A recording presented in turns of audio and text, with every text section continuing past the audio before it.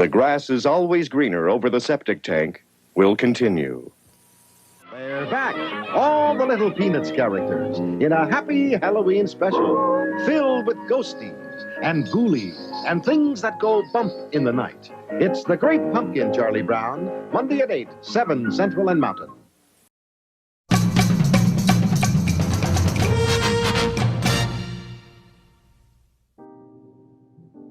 Hi, I'm Jimmy, and it's like the second week of November. So, happy Halloween! So October kind of came and went this year pretty quickly.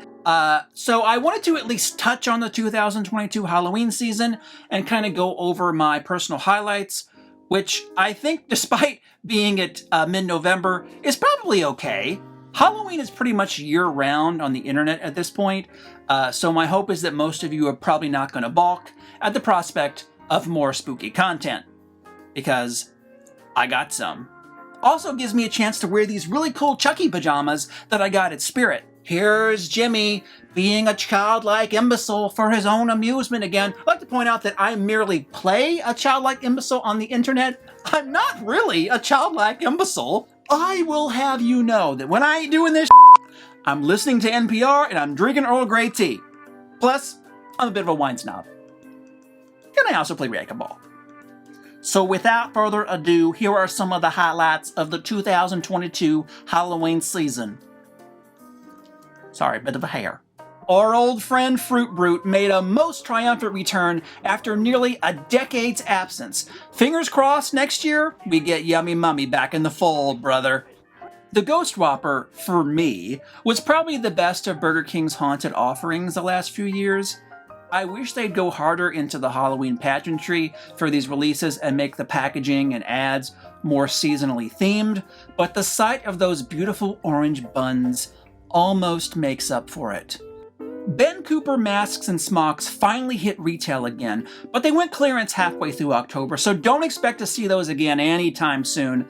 I got the Gizmo one, since I originally wore it when I was like 5. And here I am in it again. I could have beat around the bush, but I know this is what you came here for. Now don't get me wet or there'll be more of me. Oops.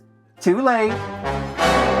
Disney went hard on the skeleton dance this year since it was the 90th anniversary of the original short. I got this cool ornament and incense burner. Check this out.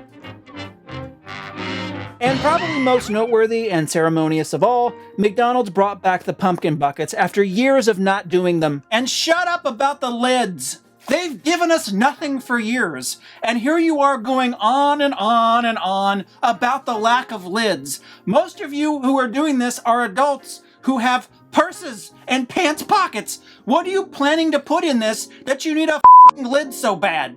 No lid, easy access. Mostly Christmas candy, because again, it's November. Also, I want to mention this. I got some candy corn flavored pancake syrup.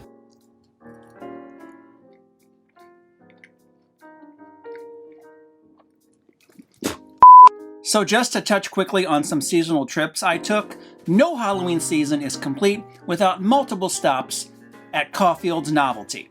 A Louisville staple since 1920. That's over 100 years ago. Wow! I almost seemed like a real YouTuber just then, full of fake excitement and shit. Except there's nothing fake about my excitement for Caulfield's. I've been going there since I was 5 years old.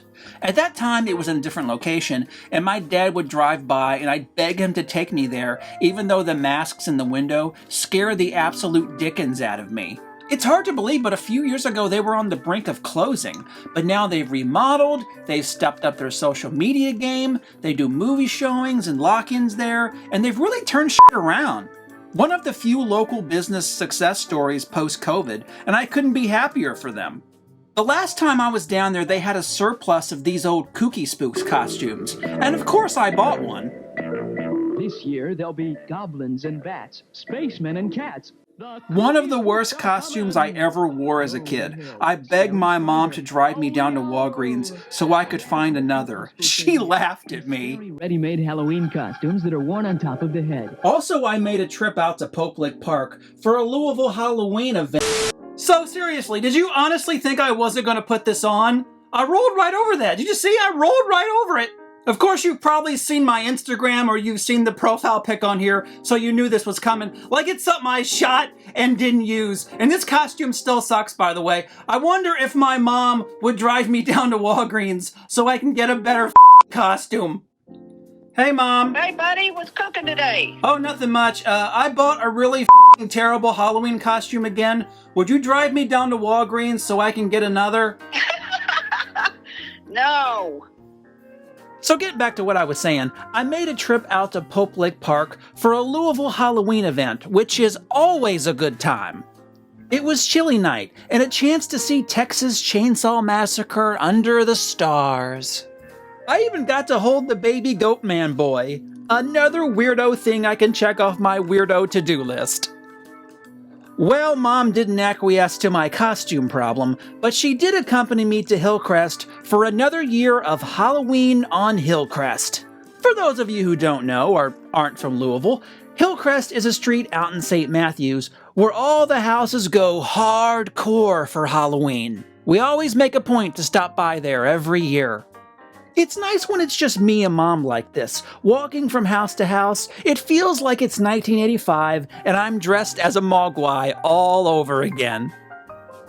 I also went with some of my fellow humans to the Devil's Attic. There's nothing that I love more than a good haunt with friends. Yeah, the friends part, that's important too. So yeah, that's my Halloween 2002 wrap-up. Again, I apologize that this Halloween video got pushed to Thanksgiving, but you know, technically for me, the spooky season begins in August, so I figure a few more weeks of Halloween for you probably shouldn't hurt anything. So I did a video a few years ago where I coined the phrase Halloween hipster.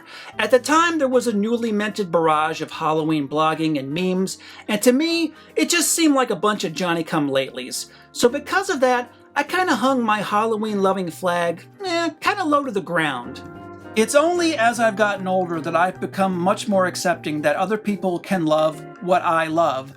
And this isn't a contest of, hey, I was here first. And honestly, it's been very freeing. Basically, what I'm saying is, love what you love, regardless of whether it's popular or not. And I should know. I'm dressed like a kooky spook. From the bottom of my heart, I hope you all have a lovely and happy Halloween season.